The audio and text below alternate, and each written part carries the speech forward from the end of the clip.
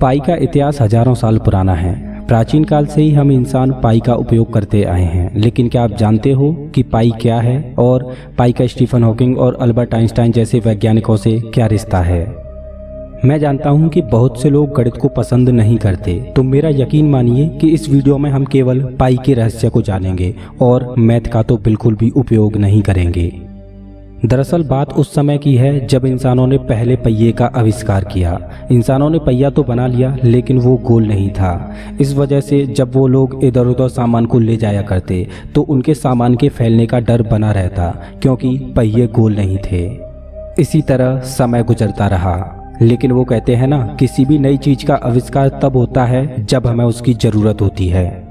जैसे हजारों किलोमीटर दूर स्थित संबंधियों से बात करने की जरूरत महसूस हुई तो टेलीफोन का आविष्कार हुआ। उजाले की जरूरत महसूस हुई तो इलेक्ट्रिक बल्ब का आविष्कार हुआ।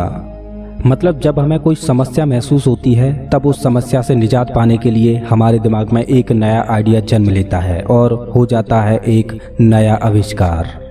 इसी तरह से जब पहिए का इतिहास आगे बढ़ता रहा और पहिया गोल होता गया, तब लोगों ने जाना कि कोई भी पहिया पूरी तरह से तब गोल होता है जब उसकी परिधि और उसके डायामीटर का अनुपात एक कांस्टेंट नंबर हो। और चाहे सर्कल छोटा हो या बड़ा हो, लेकिन इस कांस्टेंट की वैल्यू हमेशा सेम रहती है। और उस कांस्टेंट नंबर को नाम दिया गया पाई, जिसको ग्रीक भाषा में 16वें नंबर पर मौजूद अक्षर से डिनोट किया जाता है। अब लोगों ने ये तो जान लिया कि किसी भी गोल आकृति में एक कांस्टेंट नंबर हमेशा रहता है, लेकिन लोग अब भी उस कांस्टेंट नंबर की यानी पाई की वैल्यू नहीं जानते थे।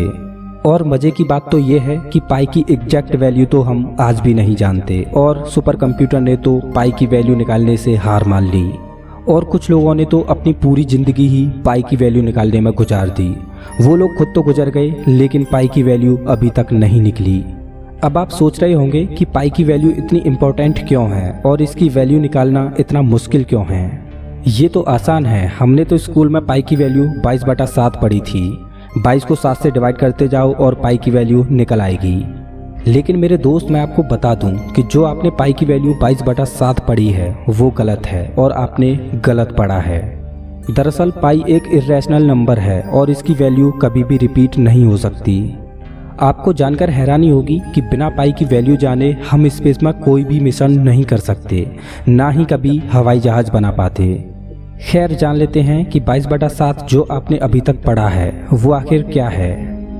अगर किसी भी गोल आकृति की परिधि 22 यूनिट हो तो उसको परफेक्ट सर्किल यानी गोल बनाने के लिए उसका डायामीटर 7 यूनिट होना चाहिए, और परिधि और डायामीटर का अनुपात ही वो कांस्टेंट नंबर है जिसे पाई बोलते हैं।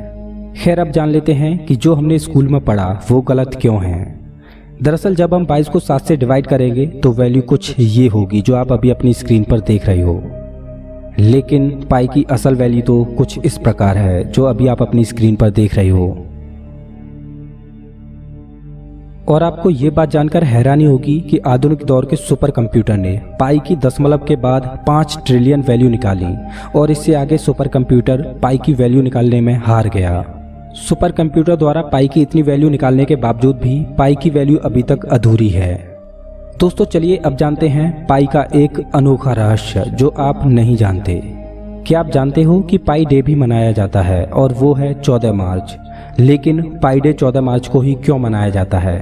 तो इसका जवाब पाई की वैल्यू में ही छिपा है। और आपको जानकर हैरानी होगी कि 14 मार्च को भी पाई डे सेलिब्रेट करने के लिए एक निश्चित टाइम है, और वो है दोपहर के 1:59। अब पाई डे इसी समय सेलिब्रेट क्यों किया जाता है? तो इसके लिए हमें पाई की वैल्यू को आगे बढ़ाना होगा। अब आगे मैं आपको जो बताने जा रहा हूँ, या तो वो एक इत्तेफाक है या फिर कुदरत का एक करिश्मा। फिजिक्स की दुनिया में उथल पुथल मचाने वाले महान वैज्ञानिक अल्बर्ट आइंस्टाइन का जन्म 14 मार्च को ही हुआ था। और अब एक और इत्तेफाक बताऊं, 14 मार्च को ही महान वैज्ञानिक स्टीफन हॉकिंग का देहांत हुआ था। दोस्तों, आपको क्या लगता है कि क्या ये एक इत्तेफाक है या इसके पीछे कोई और